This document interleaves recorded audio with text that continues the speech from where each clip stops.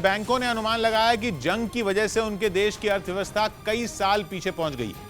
अनुमान यह है कि रूस की अर्थव्यवस्था की बदहाली कई साल तक बनी रह सकती है, जिसका सीधा मतलब यह है कि जंग का रूस को बहुत बड़ा खमियाजा चुकाना पड़ेगा। अमेरिका और यूरोप के प्रतिबंधों ने रूस की अर्थव्यवस्था को बहुत बड़ा झटका दिया। रूस के भी कई उद्योग धंधे चौपट हो गए। रूस में बड़े पैमाने पर निवेश करने वाली अमेरिका और यूरोप की कंपनियां भी कारोबार समेट कर निकल गईं।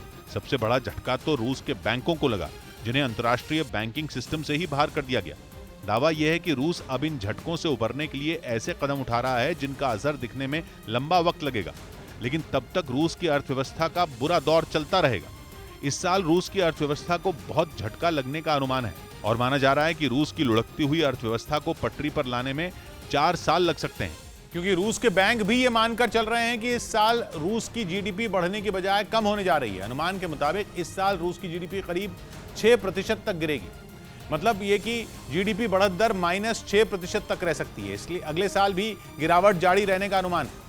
हालांकि ये गिरावट 1% से 4% के बीच रह सकती है, जबकि 2024 में भी करीब 2.5% तक जीडीपी के गिरने का अनुमान है। मार्च से ही रूस की अर्थव्यवस्था में गिरावट दर्ज की जा रही है। मार्च में जीडीपी में 10% की गिरावट आई थी, लेकिन उसके बाद से रूस कुछ संभला और गिरावट कम होती चली गई। दावा यह है कि रूस की कुल जीडीपी अभी से उतनी हो चुकी है जितनी 2018 में हुआ करती थी। मतलब रूस 4 साल पीछे पहुंच चुका है, और क्योंकि यह गिरावट अभी 3 साल और रहने का अनुमान है, तो माना जा रहा है कि रूस करीब 10 साल पीछे पहुंच सकता है।